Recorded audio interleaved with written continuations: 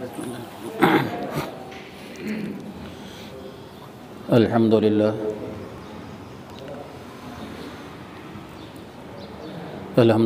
رب العالمين والصلاة والسلام على رسول محمد وعلى آله وأصحابه أجمعين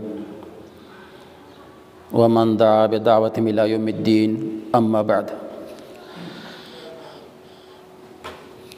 فأعوذ بالله من الشيطان الرجيم بسم الله الرحمن الرحيم إن هذا القرآن يهدي للتي هي أقوم وقال جل وعلا في موضع آخر وَلَقَدْ يَسَّرْنَا الْقُرْآنَ لِلذِّكْرِ فَهَلْ مِن مُّدَّكِرٍ صدق اللہ مولانا العظیم.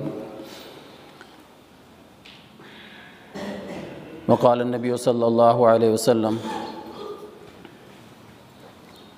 من قرأ القرآن وحفظه أدخله الله الجنة إلى آخر الحدیث او كما قال علیہ الصلاۃ والسلام. قابل صد احترام معزز علماء کرام، بزرگان محترم اور پس پردہ بیٹھی ہوئی خواتین و دینی بہنیں، یہ کوئی وعظ و بیان کی مجلس نہیں ہے. اصل جو غرض تھی ہمارے یہاں پر جمع ہونے کی اور حاضری کی، وہ تکمیل کو پہنچی کہ ان معصوم طلباء کے قرآن مجید کے تکمیل کے موقع پر ہم دعا میں شریک ہوں.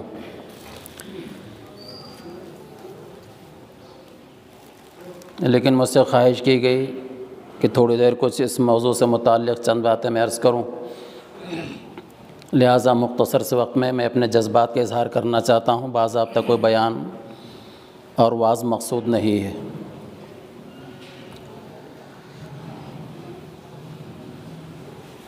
منتظمین نے اور بچوں کے والد محترم نے اس مجلس کو منعقد کر کے یہ ثابت کر دیا ہے کہ صرف کسی بچے کے ڈاکٹر یا انجینئر بننے کے بعد یا کسی کے لائر بننے کے بعد ہی خوشی کا اظہار نہیں کیا جاتا، بلکہ اللہ کے کلام کی تکمیل کے حفظ کی تکمیل پر خوشی اور مسرت کا اظہار کرنا اس سے کئی گنا اہمیت کا حامل ہے. اور یہ وہ سعادت ہے کہ جس کی منفعت اس فانی دنیا اور باقی رہنے والے آخرت سے متعلق ہے.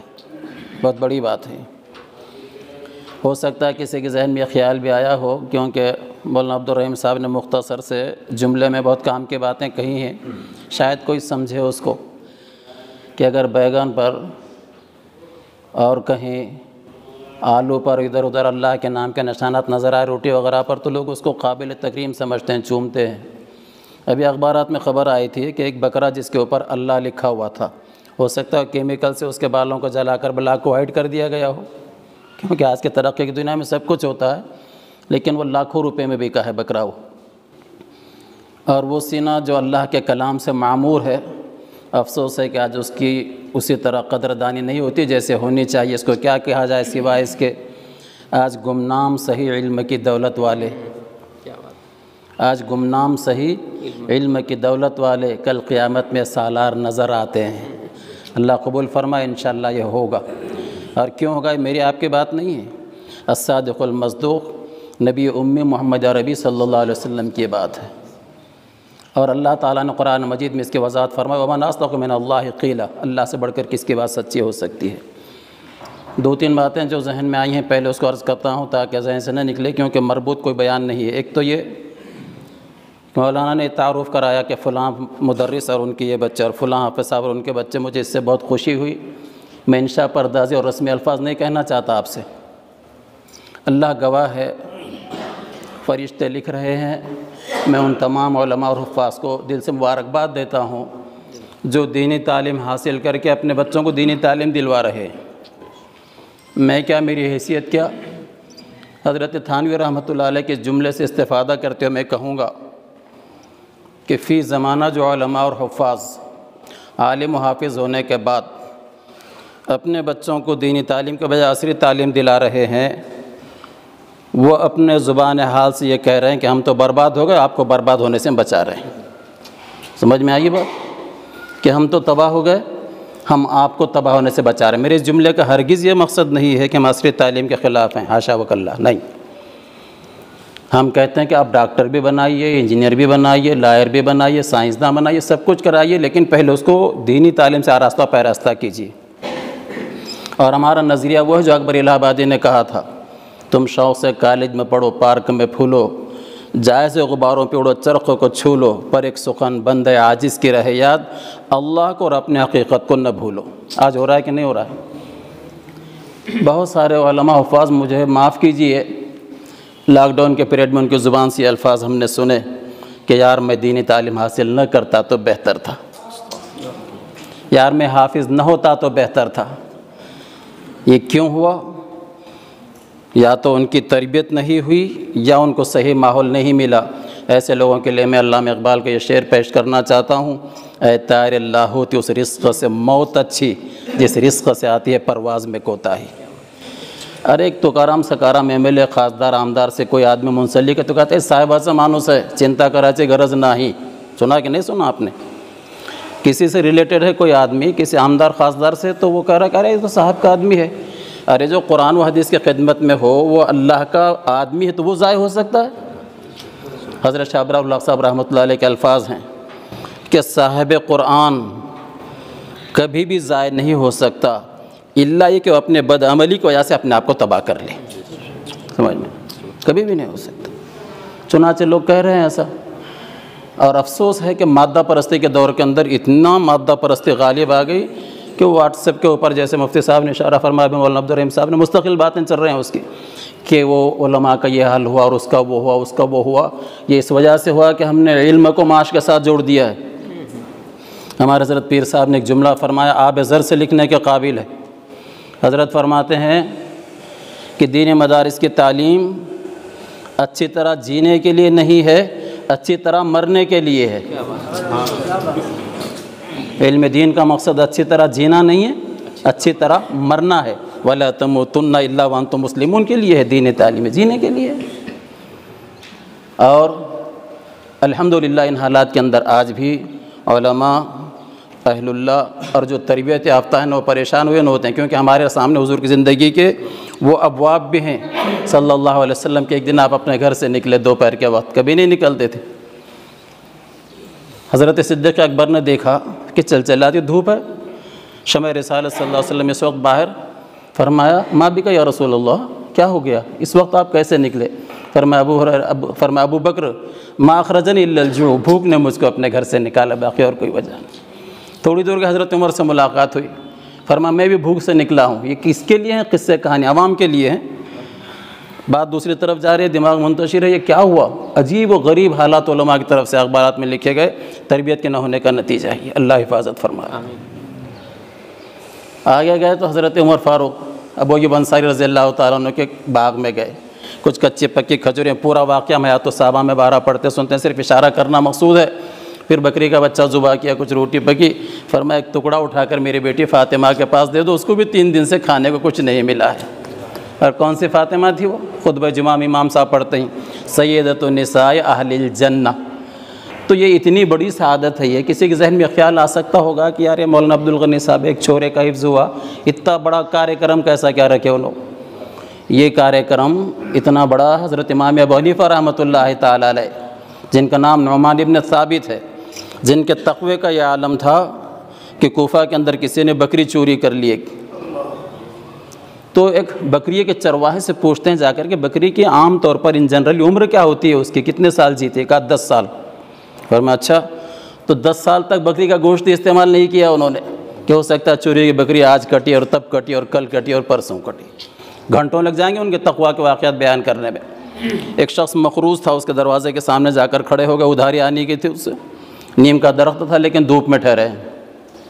ایک راہرو نے پوچھا راستے سے گزرنے والے نے، کیا قصہ ہے؟ سائے میں ٹھہر جاتے آپ؟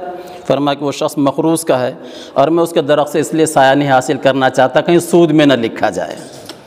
تو وہ امام ابو حنیفہ رحمۃ اللہ علیہ کے بچے کی سورہ فاتحہ مکمل ہوئی، صرف کیا ہوئی؟ حافظ نہیں بنا بچہ۔ اب یہ بچے قرآن پڑھ رہے تھے، میری کیفیت بدل گئی، آنکھوں سے آنسو جاری ہو گئے تھے۔ وہ منظر آ رہا تھا کہ کل قیامت میں اللہ بھی کس طرح کا جلسہ رکھیں گے۔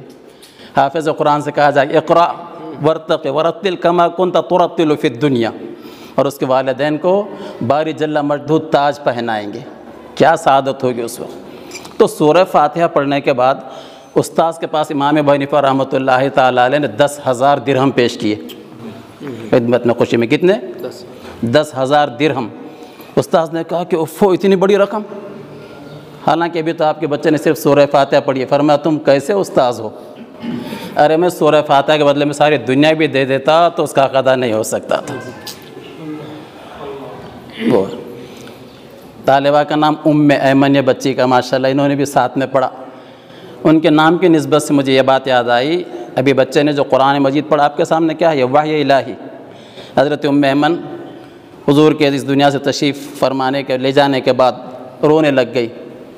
صدیق اکبر عمر فاروق رضی اللہ تعالیٰ عنہ ان کو سمجھانے کے لیے کہ کیونکہ اس درجے کی تھی وہ، اللہ کے نبی صلی اللہ علیہ وسلم کو بچپن میں پالا پوسا تھا۔ مقام ابوا میں جب ہمارے نبی کے والدہ محترمہ بی بی آمنہ اللہ کو پیاری ہو گئی تو وہاں سے ایمن لے کر آئی تھی، ان کو خدمت کی تھی، تو کیا مقام ہوگا ان کا، لیکن رونے لگ گئی۔ صدیق اکبر عمر فاروق نے فرمایا کہ کیوں روتی ہو، صبر کرو، سبھی کو جانا ہے، کل من علیہ فان۔ ایمن نے فرمایا وہ تو میں بھی جانتی ہوں، اور اس کے بعد ایک جملہ فرمایا میں اس لیے نہیں رو رہی ہوں کہ اللہ کے نبی نے اس دنیا سے پردہ فرمایا، مجھے رونا اس بات پر آ رہا ہے کہ جبریل امین وحی لے کر صبح قیامت تک اب دوبارہ دنیا میں کبھی نہیں آئیں گے۔ رونا اس پر آ رہا ہے مجھ کو کہ وحی کا سلسلہ کیا ہو گیا؟ ختم ہو گیا ہمیشہ ہمیشہ کے لیے۔ تو اللہ تعالیٰ نے اس قرآن مجید کو حفظ کرنے کے لیے آسان فرمایا، اور وہ حدیث پیارے نبی صلی اللہ علیہ وسلم کی کہ جس شخص کو اللہ قرآن کی دولت عطا فرمائے، جس شخص کو اللہ تعالیٰ قرآن کی دولت عطا فرمائے اور وہ یہ سمجھے کہ مجھ سے بڑھ کر بھی صاحب نصیب اللہ کی زمین پر کوئی ہے، تو اس نے اللہ کے کلام کی ناقدری کی۔ کس کی بات ہے؟ نبی اکرم صلی اللہ علیہ وسلم کی۔ آج کہتے ہیں حافظ صاحب، ارے اس کا مقام تو اللہ ہی بہتر جانتا ہے۔ حدیث شریف آپ کے سامنے پڑے گی، جس نے قرآن کو حفظ کیا اللہ تعالیٰ پہلے مرحلے کے اندر اس کو جنت میں داخل فرمائیں گے، اور اس کے خاندان کے ایسے 10 آدمیوں کو جنت ملے گی جن کے لیے جہنم میں جلنا واجب ہو چکا تھا۔ حدیث کے الفاظ میں کلم قد استجیب لهم النار۔ حضرت حکیم الاسلام رحمۃ اللہ علیہ اس حدیث کی تشریح میں لکھتے ہیں کہ بھئی جو نیک اعمال کرنے والے ہیں، صالح ہیں، وہ تو جنتی ہیں ہی، اس حافظ قرآن کا ان پر کیا احسان، اس حافظ کا کیا احسان، وہ تو آلریڈی جنتی تھے ہی، احسان تو ان لوگوں پر جن کے لیے جہنم میں جلنا واجب ہو گیا تھا، اور اس کی شفاعت سے اللہ ان کو جنت نصیب فرمائیں گے۔ معمولی بات ہے۔ اور ساری دنیا اور دنیا کی تمام چیزیں لاک ڈاؤن نے ہم کو سمجھا دیا، زمینی حقائق ہیں، تقریر کی ضرورت نہیں ہے۔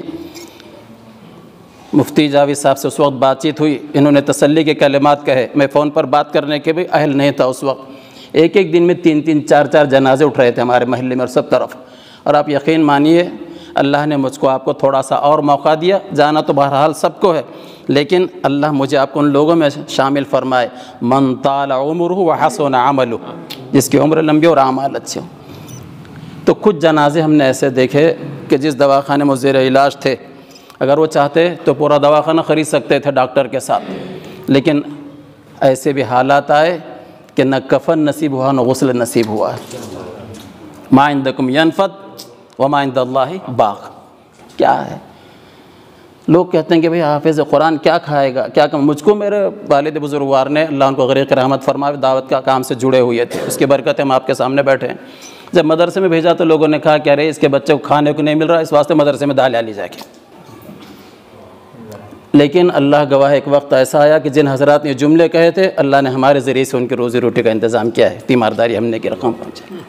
اللہ روزی روٹی کو علم دین کے ساتھ جوڑنا بیوقوفی اور نادانی ہے۔ ایک ہے فکر معاش اور ایک ہے فکر معاد۔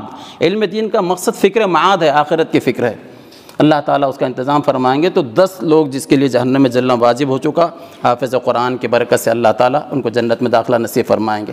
آج قرآن کی ہمارے پاس اہمیت نہیں، اور سچ بات تو یہ ہے کہ حضرت مولانا ابراہ الحق صاحب علیہ الرحمہ کے قول کے مطابق بہت اچھی بات فرمائی، کاش کہ ہم مسلمانوں کو اللہ اور ان کے رسول کی باتوں پر اتنا یقین ہوتا جتنا کہ کسی ڈاکٹر کے بات پر یقین ہے، تو ہماری زندگی کا رخ بدلا ہوا ہوتا تھا۔ ابھی دیکھیں نا، کورونا کے بارے میں جو ڈھنڈورا پیٹا گیا میڈیا کی طرف سے، کتنا لوگ محتاط ہو رہے ہیں، لیکن اللہ اس کے رسول کی بات پتھر کی لکیر ہے، کس حد تک اس پر ہم کو ایمان ہے؟ کیا حافظ قرآن کو مقام ہے؟ کیا ہم نے اپنے بچوں کو حافظ بنایا؟ ہمارے اکابر علماء تو یہ فرماتے ہیں ٹھیک ہے اگر اللہ نے کسی کو 4 بچے دیے ہیں تو ایک آدھ کو حافظ بناؤ کم از کم، تاکہ آپ کے نجات کا ذریعہ بنے۔ اور اللہ تعالیٰ دین کی حفاظت میں میرا آپ کا محتاج نہیں ہے۔ جن بچوں نے اس قرآن مجید کو اپنے سینے میں ابھی محفوظ کیا، یہ کوئی معمولی دولت نہیں ہے، دنیا کی کوئی دولت اس کا مقابلہ نہیں کر سکتی۔ حضرت امام شافعی رحمۃ اللہ علیہ کے زمانے میں ایک شخص لاولد تھا بیچارہ، اولاد نہیں ہو رہی تھی۔ اولاد بھی اللہ کی نعمت ہے، یہب لمن یشاء اناثا ویہب لمن یشاء الذکور ویجعل من یشاء عقیما، جس کو اللہ چاہتا ہے بیٹے دیتا ہے، جس کو چاہتا ہے بیٹیاں۔ اور ترمذی شریف کی روایت کے حوالے سے میں بندہ عرض کر رہا ہوں کہ اگر اپنے بچے کو حسن تعلیم و تربیت دے رہا ہے تو اس سے بہتر کوئی دولت ہو ہی نہیں سکتی۔ حسن تعلیم و تربیت۔ ایک صاحب میرے پاس تھے، انتقال ہوا ان کا بھی بیچارے، وہ کہہ رہے تھے مولانا دعا کرو کورونا ہو جائے۔ استغفر اللہ، کیا بات ہے، کورونا ہو جائے میں مر جاؤں؟ پوچھا کیا بات ہے؟ بہت مالدار۔ کہا کہ مجھے ڈر لگ رہا ہے کہ جائیداد کے لیے بچے مرڈر کر دیں گے میرا، پراپرٹی کی تقسیم کرنے کے لیے شاید حالات ایسے ہوں۔ تو دنیا کی دولت اس کے لیے یہ معاملہ، اسی لیے تو فرمایا کہ ایک ہوتا ہے مالدار اور ایک ہے مال کا چوکیدار۔ حضرت کے جملے بڑے عجیب ہوتے ہیں بعض، ایک ہے مالدار ایک ہے مال کا چوکیدار۔ فرمایا مالدار تو ہے جس نے اپنا مال کھایا، ختم کر دیا، پہن کر پرانا کیا، اللہ کے راستے کے اندر جمع کر دیا، بیلنس، بال بچوں پر خرچ کیا، صدقہ۔ لیکن مال کا چوکیدار وہ جو مال جمع کرتا رہا اور جیسے مر گیا اس کے ورثہ آپس میں لڑنے بھیڑنے لگ گئے۔ خود حضور نے فرمایا حدیث کا مفہوم، یقول الانسان مالی مالی، انسان کہتا میرا مال میرا مال میرا مال۔ فرمایا اس کا مال جو کھا کر ختم کر دیا، پہن کر پرانا کر دیا اور باقی چھوڑے گا وہ سارے اس کے ورثہ کا ہے۔ تو امام شافعی رحمہ کے زمانے میں ایک شخص لاولد تھا، بہت دعائیں کی، پھر اللہ نے اس کو بیٹی دی چھوٹی سی ماشاءاللہ۔ اس نے خوشی کے مارے یہ منت مانی کہ جب میری بیٹی نکاح کی عمر کو پہنچے گی میں دنیا کی سب سے بڑی دولت اس کو دے دوں گا۔ حالانکہ بیچارہ غریب آدمی تھا، اپنے مراٹھواڑے میں کہتے ہیں گھر آتنا ہے دانا ملا حولدار منا، میں دیہات کا ہونا رہنے والا، اس لیے کچھ ہی نہیں تھا اس کے پاس اور اس نے قسم کھا لی دنیا کی سب سے بڑی دولت دوں گا۔ اللہ کا کرنا ایسا ہو گیا کہ شادی کی عمر کو پہنچ گئی بچی وہ۔ اب وہ بڑا پریشان ہو گیا کہ میں نے قسم کھائی تھی اب کیا کروں۔ لوگوں نے کہا کہ بھئی تو نے قسم ہی کیوں کھائی ہے ایسے؟ بعض لوگوں نے کہا امام شافعی علیہ رحمہ کے پاس جاؤ شاید وہ کوئی مسئلہ آپ کو بتلا دیں، کوئی رائے دے دیں۔ اس نے اپنی ساری تفصیل سنائی کہ میں نے قسم کھائی تھی دنیا کی سب سے بڑی دولت دے دوں لیکن میرے پاس تو کچھ ہے نہیں، اب میں کیا کروں، کیا قسم کا کفارہ دوں؟ فرمایا نہیں، اسے کوئی خاص بات نہیں تھی، یہ قسم تمہاری ایسی ہے نہیں کہ جس کو کھانے سونے کی نوبت آئے کفارہ دینا پڑے، بس تم قرآن مجید دے دو، اس سے بڑھ کر دنیا کی کوئی دولت ہو ہی نہیں سکتی۔ اس کو قرآن دے دو اپنے بچے کے نکاح کے اندر، اس کے جہیز میں، اس سے بڑھ کر کوئی دولت نہیں ہے۔ اور ایک آخری بات عرض کر رہا ہوں، کیونکہ عوام میں باتیں کرنا آسان ہے، علماء میں باتیں کریں تو پریشا ہوتی ہے، اصل میں یہ پریشانی ہے۔ یہاں پر علماء اور حفاظ زیادہ ہیں اس لیے میں جھجکتے ہوئے کچھ عرض کر رہا ہوں۔ ایک آخری بات عرض کرتا ہوں، حضور کے زمانے کی اللہ اس کو ذریعہ بنا کر حفاظ اور علماء کی عظمت میرے آپ کے دل میں پیدا فرمائے۔ بہت عجیب دور سے ہم گزر رہے ہیں، اللہ ہماری ایمان کی حفاظت فرمائے۔ ارتداد ہمارے دروازوں پر دستک دے رہا ہے اور بڑا افسوس ہوتا ہے ان حالات کے اندر کہ خدیجہ عائشہ کا نام رکھ کر ہماری بچیاں مرتد ہو کر غیروں کے ساتھ نکاح کر رہی ہیں اور پھر بھی ہمارے کانوں پر جوں نہیں رینگتی ہے۔ ہو رہا ہے کہ نہیں ہو رہا ہے؟ کبھی سوچا تھا، کبھی سنا تھا ایسا؟ یہ ہمارے عدم تربیت کا نتیجہ ہے، یہ ہمارے احساس ذمہ داری کے مفقود ہونے کا نتیجہ ہے۔ حضرت نبی اکرم صلی اللہ علیہ وسلم نے ایک بات ارشاد فرمائے، بخاری جلد دوم کی روایت، استقرؤ القرآن من اربعۃ، کہ 4 لوگوں سے قرآن کو سیکھو۔ یہ عنوان ہے، اس واقعے کو عرض کر کے بات کو مکمل کر رہا ہوں۔ مدینہ منورہ کے اندر ایک جوڑس تھا یہودی جس کا نام تھا سلام بن جبیر، بزنس مین تھا وہ، عالم اعتبار سے بزنس مین، اور آج بھی ساری دنیا کا قبضہ پورا کنٹرول انہی کا ہے وہ۔ اور نماز کی ہر رکعت میں ہم پڑھتے ہیں غیر المغضوب علیہم ولا الضالین، اور چلتے ہیں یہود و نصارہ کے طریقے پر۔ یہود زر پرست قوم ہے، یہ روپے پیسے کے پجاری، اور نصارہ حسن پرست ہیں، اور یہ امت محمدیہ دین پرست ہے، اللہ کی وحدانیت کی، لیکن ہم نے راستے کو چھوڑ دیا، انہی کے پیچھے چل رہے ہیں۔ تو سلام بن جبیر ایک بزنس مین تھا، وہ شام سے کچھ تجارت کا سامان لے کر مدینہ منورہ میں آیا، جہاں بہت ساری چیزیں خریدی تھی، دوگنے نفع کے ساتھ فروخت ہو گئی، بازار لگایا تھا مدینہ میں چلتے چلتے اس، اور ایک غلام بھی خرید کر لایا تھا، کالا کلوٹا جس کی کوئی قیمت نہیں، حیثیت نہیں تھی، اس کو کھڑا کر دیا کہ بھئی اگر اس کو کوئی خرید لے 2-4 پیسے اس کے مل جائیں گے۔ 3 دن گزر گئے، کوئی غلام کا خریداری نہیں، اتنا پریشان ہو گیا، آخر میں کہا کہ بھئی نو پرافٹ نو لاس، لائی قیمت پہ دینا چاہتا، کوئی خریدے گا؟ کوئی خریدنے کے لیے تیار نہیں۔ ایک نوجوان لڑکی تھی مشرکہ، سبیتا نام جس کا تاریخ کے اندر لکھا ہے، وہ آتے جاتے دیکھ رہے تھے کہ 3 دن ہو گئے، دبلا پتلا غلام، اس کا جرم کیا ہے کہ اس کو دھوپ میں کھڑا کیا گیا 3 دن سے، کوئی خریدار نہیں، گاہک نے پوچھا گیا تو کہا کہ میں بیچنا چاہتا ہوں لیکن یہ دبلا ہے، کالا ہے، پتہ نہیں کام بھی کر سکتا ہے کہ نہیں، اعضاء بھی کمزور سے ہیں، لہٰذا کوئی خریدار نہیں ہے۔ تو اس لڑکی کو رحم آیا، بہرحال اس نے اس کو خرید لیا اور اس کو اپنا غلام بنا کر اپنے گھر کے اندر رکھا ہے۔ پھر یہی شخص، ایک شخص جن کا نام تھا حذیفہ، وہ بھی بزنس مین تھے، تاجر تھے، حضرت عثمان غنی رضی اللہ تعالیٰ عنہ کے دوست تھے لیکن ایمان نہیں لایا، تو وہ بھی تجارت کے لیے شام سے واپس ہو رہے تھے۔ پھر مدینہ منورہ کے اندر جب پہنچے تو ان کو پتہ چلا کہ ایک یہودی نے غلام لایا تھا، 3 دن مارکیٹ میں کھڑا کیا، کوئی خریدار نہیں وغیرہ وغیرہ، اور سبیتا نام کی لڑکی نے اس کو خریدا، اس کو رحم آیا، یہ بھی رشتے کی تلاش میں تھا کوئی، کہا کہ یار اتنی بااخلاق اگر لڑکی ہے اور وہ کسی انسان پر رحم کرتے تو واقعی اس کے سینے کے اندر زندہ دل ہے، میرے بھی لیے وہ رفیق حیات بنانے کے لائق۔ نکاح کا پیغام بھیجا اور حذیفہ کے ساتھ اس کا نکاح ہوا۔ نکاح ہونے کے بعد سبیتا اور حذیفہ جب وہ جانے لگ گئے تو یہ غلام بھی انہیں کے ساتھ مکہ مکرمہ گئے۔ مختصر واقعہ میں عرض کر رہا ہوں، تفصیل ہے اس میں۔ وہاں جا کر حضرت حذیفہ نے، اس وقت تک تو ایمان نہیں لائے تھے، اپنے دوست عثمان سے ملاقات کرنا چاہی، شام کی تجارت کے سفر سے آئے تھے 4-6 مہینے لگا کر، لیکن دیکھا کہ حضرت عثمان نہ سلام کرتے نہ سلام کا جواب دیتے، انداز بدلا ہوا ہے۔ حضرت نے اس واقعے کو لکھا ہے اور اس کے اوپر یہ جملہ لگایا، بدلے بدلے سے میرے سرکار نظر آتے ہیں، یعنی کیا ہو گیا کہ بھئی عثمان بات کیوں نہیں کر رہے، کیا قصہ ہے؟ فرمایا کہ حذیفہ تمہاری دوستی میری دوستی تو تھی لیکن اب تمہارا راستہ الگ، میرا راستہ الگ، میں نے اسلام قبول کر لیا ہے اور میں اب تمہارے ساتھ برائے نام تو رہوں گا لیکن میرے قلبی تعلقات تم سے وابستہ نہیں ہو سکتے، تمہارے میرے راستے الگ ہیں۔ پوچھا کہ اس میں اتنا غصہ اور ناراض ہونے کی کیا بات، مجھے بھی اسلام سمجھا، میں اسلام قبول کر لوں گا۔ الحمدللہ حضرت حذیفہ نے اسلام قبول کیا۔ پھر حضرت حذیفہ کی اہلیہ محترمہ جو سبیتا آئی تھی ابھی نکاح ہو کر، انہوں نے اسلام قبول کیا، اور پھر ان کا دیکھ کر حضرت یہ غلام جن کا نام تھا سالم، کالے کلوٹے، انہوں نے بھی اسلام قبول کیا، اور جب اسلام قبول کیا تو ان کے لوگوں نے کہا، گھر والوں نے، حذیفہ نے، کہ اب آپ آزاد جا سکتے ہیں۔ رونے لگ گئے سالم، میں کہاں جاؤں، میرے تو سارے رشتہ دار وغیرہ سارے شام کے اندر ہے، میرا کون پرسان حال ہے، میں آپ ہی کے ساتھ رہوں گا۔ چنانچہ اس زمانے کا طریقہ کار تھا کہ آزاد کردہ غلام وہ فیملی ممبر شمار ہوتا تھا اسی قبیلے کا، اسی کے گھر کے اندر رہے۔ اور اس درمیان میں حضرت سالم حضور کی خدمت میں جا کر کبھی 1 آیت، کبھی 2 آیت، کبھی 4 آیتیں سیکھتے، اصل یہ عرض کرنا تھا۔ اور جب ہجرت کا حکم آیا تو پھر یہ سابقون الاولون میں ہیں، پہلے ہجرت کرنے والے میں حضرت سالم۔ چنانچہ مسجد قباء کے اندر اللہ تعالیٰ نے امامت کا شرف عطا فرمایا ہے ان کو وہاں سے آنے کے بعد۔ اور حضرت عمر رضی اللہ تعالیٰ عنہ اور اجل صحابہ وہ ان کے اقتداء میں نماز پڑھتے تھے۔ ان اللہ یرفع بہذا الکتاب اقواما ویضع بہ آخرین، اللہ اس کتاب کے ذریعے سے لوگوں کو عزت عطا فرمائیں گے، اور اگر ہم اس کے حقوق کی پامالی کریں گے تو اللہ ریوز بھی لائیں گے، گرا دیں گے۔ تو مختصر عرض کر رہا ہوں، ایک جملہ سن لیجئے کان کھول کر۔ ان کا انتقال حضرت عمر کے دور خلافت سے پہلے ہو گیا تھا، حضرت سالم کا۔ فرمانے لگے اگر آج سالم زندہ ہوتے تو میں خلافت کے لیے ان کا نام تجویز کر دیتا۔ حضرت عمر رضی اللہ عنہ نے فرمایا اگر سالم زندہ ہوتے تو میں خلافت کے لیے ان کا نام پیش کر دیتا، لیکن وہ تو اللہ کو پیارے ہو گئے، لہٰذا میں خلافت بورڈ قائم کرتا ہوں 6 افراد کا، اور اس کے بعد پھر ان میں سے کسی کو خلیفہ بنا لیا جائے۔ اور حضرت سالم جو کبھی بازار میں بک نہیں رہے تھے، مدینہ منورہ کے 3 دن دھوپ میں ٹھہرے ہوئے تھے، ان کے بارے میں نبی اکرم صلی اللہ علیہ وسلم نے ارشاد فرمایا کہ اے لوگو اگر قرآن سیکھنا چاہتے ہو تو 4 لوگوں سے سیکھو، بخاری شریف کی روایت ہے۔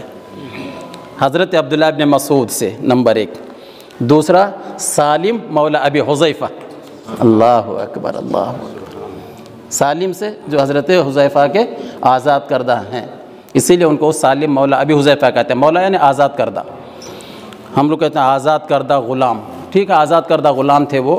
تو فرمایا 4 لوگوں سے قرآن کو سیکھو، حضرت عبداللہ ابن مسعود، سالم مولا ابی حذیفہ، حضرت معاذ ابن جبل اور ابی ابن کعب رضی اللہ تعالیٰ عنہ سے، 4 لوگوں سے قرآن سیکھو۔ تو کتنا عجیب مقام ہے، کیسے عجیب سعادت اللہ نے اس قرآن کی نسبت پر عطا فرمائی، اور آج ہم لوگ اس سے غافل ہیں۔ حضرت ابی ابن کعب کون ہے وہ؟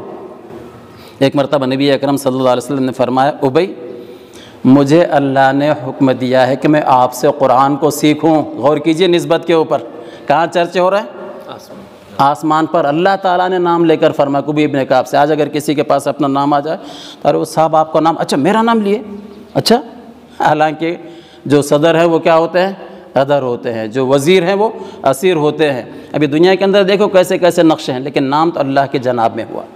نام لے کر فرمایا حضور نے فرمایا کہ ابی، اللہ نے مجھ سے فرمایا کہ میں تم سے قرآن کو سیکھوں۔ فرمایا اللہ کے نبی اسمانی، اللہ سمانی، اللہ نے میرا نام لیا ہے؟ خوشی کے مارے اللہ نے نام لیا، رونے لگ گئے۔ فرمایا کہ اللہ نے آپ کا نام لیا ہے۔ اور اس کے بعد پھر سورہ بینہ سنائی۔ تو قرآن مجید یہ وہ عظیم دولت ہے، اللہ تعالیٰ سے قدر دانے کے ہمیں توفیق عطا فرمائے۔ میں دل کے گہرائیوں سے بچے کے والدین، ان کے اہل خاندان، ان کی برادری، یہ مدرسے کے سارے اساتذہ، ان سب کو مبارکباد دیتا ہوں، اور بچوں کو محبت کے نگاہ سے دیکھنے والے بھی اجر کے اندر شریک ہیں۔ یوں مت سمجھو کہ ماں باپ ہی کے لیے سعادت ہے، نہیں، ارے اللہ کا تو معاملہ یہ ہے کہ رحمت باری بہانہ می جویت بہا نمی جویت۔ اللہ کی رحمت تو بخشش کے بہانے ڈھونڈتی ہے، بہت سارا ایسا کوئی ضروری نہیں ہے۔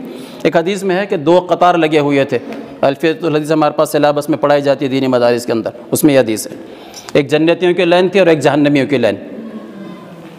ایک شخص جہنمیوں کی لائن کے اندر ٹھہرا ہوا تھا، اس نے جنت والے آدمی کو دیکھ کر پہچا، کہا کہ یا اخی اما تعرفونی انا سقیت لک شربہ۔ جہنم والا کیا کر رہا ہے، ادھر کی لائن والا ادھر کی لائن سے، ارے بھائی تو پہچانتا نہیں کہ تم مجھ کو، میں نے ایک مرتبہ تجھ کو پانی پلایا تھا۔ کہہ رہے ارے ہاں پہچان، تو وہ ہے نا، اچھا اچھا ٹھیک ہے، اللہ اس کو شفاعت کا حق دیں گے، وہ ادھر کی لائن سے نکل کر ادھر کی لائن میں آئے گا۔ ایک مرتبہ پانی پلانے کے بعد ٹوٹے رشتوں کو وہ جوڑ دیتا ہے، معاملہ جو رب پہ چھوڑ دیتا ہے، ٹوٹے رشتوں کو وہ جوڑ دیتا ہے، معاملہ جو رب پہ چھوڑ دیتا ہے، اس کے لطف و کرم کا کیا کہنا، لاکھ مانگو کروڑ دیتا ہے۔ یہ پورے خاندان والے رشتہ دار انشاءاللہ العزیز یہ سب اجر کے اندر شریک رہیں گے، اور ان بچوں کو محبت کی نگاہوں سے دیکھنا بھی انشاءاللہ ثواب سے خالی نہیں ہے۔ ہم دعا کریں اللہ تعالیٰ ان بچے کو عامل قرآن بھی بنائے، حامل قرآن بھی بنائے۔ اور آخری میں ایک حدیث میرے آپ کے سب کے لیے، میں سہارنپور گیا تھا تو میرے استاذ نے کہا کہ تو قرآن پڑھتا ہے؟ حضرت مولانا یونس صاحب جون پوری نے کہا جی حضرت پڑھتا ہوں۔ پوچھا تمہاری جماعت میں کتنے حافظ ہیں؟ ہم لوگ گئے تھے ملاقات کے لیے، تو میں نے کہا فلاں حافظ اور فلاں عالم۔ ارے تجھے بات کرنے کا ڈھنگ بھی نہیں، میں تجھے پوچھ رہا ہوں کہ حافظ کتنے، تو کرا کہ عالم اتنے ہیں، بیوقوف ہے کہیں؟ میں پریشان ہو گیا۔ فرمایا کتنے حافظ؟ میں نے کہا حضرت 16 حافظ ہیں ابھی جتنے ہم لوگ آئے ہیں ساتھ میں۔ کہا کہ میرے بچوں روزانہ 3 پارے پڑھنے کا معمول بنایا کرو۔ کیا فرمایا؟ بڑے پیارے انداز میں، میرے بچوں روزانہ 3 پارے پڑھنے کا معمول بنایا کرو۔ حضرت نے تو بعد میں فرمایا الحمدللہ بندے کا پہلے سے طریقہ ہے، یہی وجہ ہے کہ رمضان میں مجھے گھستے بیٹھنے کی نوبت نہیں آتی۔ یہ اور بات ہے کہ جیسے قرآن پڑھنا چاہیے وہ مجھے ابھی نہیں آتا، میں سیکھ رہا ہوں۔ کیوں سیکھ رہا ہوں؟ اس لیے کہ ہم نے پہلے نماز پڑھی اور بعد میں وضو کیا ہے۔ سمجھ میں آیا آپ کے؟ ہماری برادری کے لوگ علماء سمجھ گئے، ہم نے پہلے کیا کری؟ نماز پڑھی اور بعد میں وضو کیا۔ یعنی ہم کو یہ نہیں معلوم تھا کہ تجوید پرندے کا نام ہے کہ جھاڑ کا نام ہے، کیا ہے یہ؟ ہم کو حافظ بنا دیا گیا، اور ہم کو یہ کہا گیا جو جتنا تیز پڑھتا ہے اتنا بڑا حافظ بنتا ہے، پکا حافظ بنتا ہے۔ جلدی پڑھنے والا، فاسٹ پڑھنے والا وہ بڑا حافظ، ہم کو بڑا حافظ بننا تھا۔ اب جو ہے بریک لگتا ہے، ایئر پکڑتے ہیں، الحمدللہ کوشش ہے، فائدہ ہو رہا ہے۔ لیکن 16 تو روزانہ 3 پارے پڑھا کرو، آج بھی معمول ہے الحمدللہ، آج بھی معمول ہے الحمدللہ۔ آج ہمارا 5واں پارا ہے اس کو، اور اس کا طریقہ کار یہ ہے، ہو سکتا ہے کسی کے لیے فائدہ مند ہو۔ الحمدللہ رات میں اللہ توفیق دیتے ہیں، نماز کے آدھا پون پارا تہجد میں ہو جاتا ہے روزانہ۔ اس کے بعد پھر بعد میں 1-1.5 پارا اس کو دیکھ کر پڑھتے ہیں، اور باقی پھر اسی 1 پارے کو دن بھر کے نوافل کے اندر پڑھتے ہیں، وقت بینے، اور 3 پارے ماشاءاللہ روز رمضان۔ اور یہ اس لیے عرض کرنا ہے کہ مجھے بہت سارے حافظ، خدا حافظ بھی ملے۔ میرے بڑے بھائی مولانا اسماعیل صاحب نے مجھ سے کہا کہ عبدالجبار اللہ کا شکر ہے میں حافظ نہیں ہوں۔ تو میرے سمجھ میں نہیں آیا یہ کیا فارمولہ ہے؟ ایسا بولنا چاہیے کہ اللہ کا شکر ہے میں حافظ ہوں، لیکن مولانا فرمان لگے اللہ کا شکر ہے میں حافظ نہیں ہوں۔ میں نے کہا بھائی کیا بولنا چاہ رہے ہیں آپ؟ کہا کہ میں اس لیے عرض کرنا چاہ رہا ہوں کہ بہت سے حافظوں نے قرآن کو بھلا دیا، اللہ کا شکر ہے کہ میں حافظ نہیں ہوں، کیونکہ قرآن کو بھلانے کی بہت بڑی وعید ہے۔ وہ وعید کیا ہے؟ فرمایا نبی اکرم صلی اللہ علیہ وسلم نے جس شخص نے قرآن کو حفظ کیا اور پھر اس کو بھلا دیا، اللہ قیامت میں اس کو جہنم کے آگ کی لگام پہنائیں گے۔ بھلانے کا مطلب آپ فعل لازم، فعل متعدی اہل علم جانتے ہیں۔ میں اس کا خلاصہ یہ پیش کرنا چاہتا ہوں اپنے مراٹھواڑی کی بھاشا میں کہ لاؤبالی پن کی وجہ سے، نشٹ کارجی پنا، سمجھ میں آ رہا ہے؟ لاؤبالی پن کی وجہ سے اگر کسی نے بھلا دیا تو وہ تو اس وعید کے اندر داخل ہے، اور اگر باوجود محنت کرنے کے، باوجود حق ادا کرنے کی کوشش کرنے کے اگر پھر بھلایا تو انشاءاللہ اس کا مواخذہ نہیں ہوگا کسی کمزوری سے۔ اور ایک دوسری حدیث میں آپ نے فرمایا مجھ پر امت کے گناہ پیش کیے گئے، اللہ کے نبی فرماتے ہیں صلی اللہ علیہ وسلم، مجھ پر امت کے گناہ پیش کیے گئے۔ سب سے بڑا گناہ یہ تھا کہ کوئی قرآن کو یاد کر کے اس کو بھلا دے۔ آج ہو رہا ہے، کاروبار کے اندر لگ کر ادھر ادھر لگ کر قرآن کو بھلا رہے ہیں، تو قرآن کا حق بھی اللہ تعالیٰ میں ادا کرنے کی توفیق عطا فرمائے۔ ان بچوں کو اللہ تعالیٰ سعادت دار نصیب فرمائے۔ سب کے لیے مبارک۔ وآخر دعوانا ان الحمد للہ رب العالمین۔